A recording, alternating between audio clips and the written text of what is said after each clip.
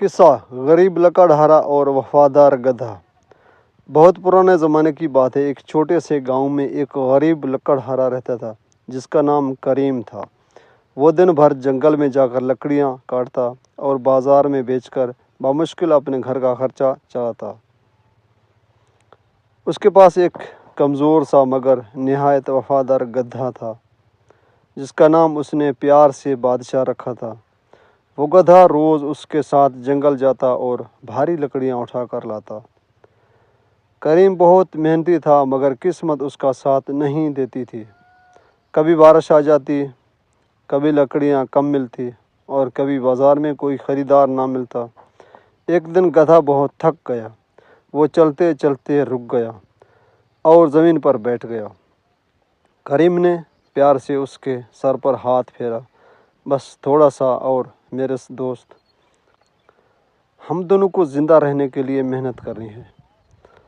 اگلے دن کریم کو راستے میں ایک امیر آدمی ملا۔ اس نے کہا، تمہارا گدھا کمزور ہے، اسے بیچ دو، میں تمہیں اچھے پیسے دوں گا۔ کریم کچھ لمحے سوچا۔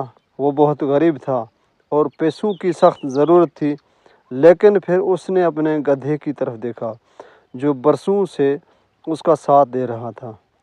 کریم نے کہا، نہیں، یہ صرف جانور نہیں، میرا ساتھی ہے، میں اسے نہیں بیچ سکتا۔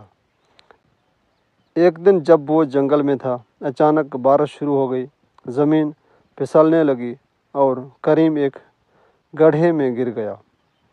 وہ مدد کے لیے پکارنے لگا مگر آس پاس کوئی نہ تھا۔ اس کا گدھا زور زور سے آوازیں نکالنے لگا اور گاؤں کی طرف بھاگا۔ کچھ دیر بعد وہ لوگوں کو لے کر آیا۔ سب نے مل کر کریم کو گڑھے سے نکال لیا۔ گاؤں والوں نے کہا، یہ گدھا بہت وفادار ہے، اس نے تمہاری جان بچائی ہے۔ یہ بات پورے گاؤں میں پھیل گئی۔ لوگ کریم سے لکڑیاں خریدنے لگے اور اس کی مدد کرنے لگے۔ آہستہ آہستہ اس کی زندگی بہتر ہو گئی۔ کریم نے کبھی اپنے گدھے کو نہیں بھلایا۔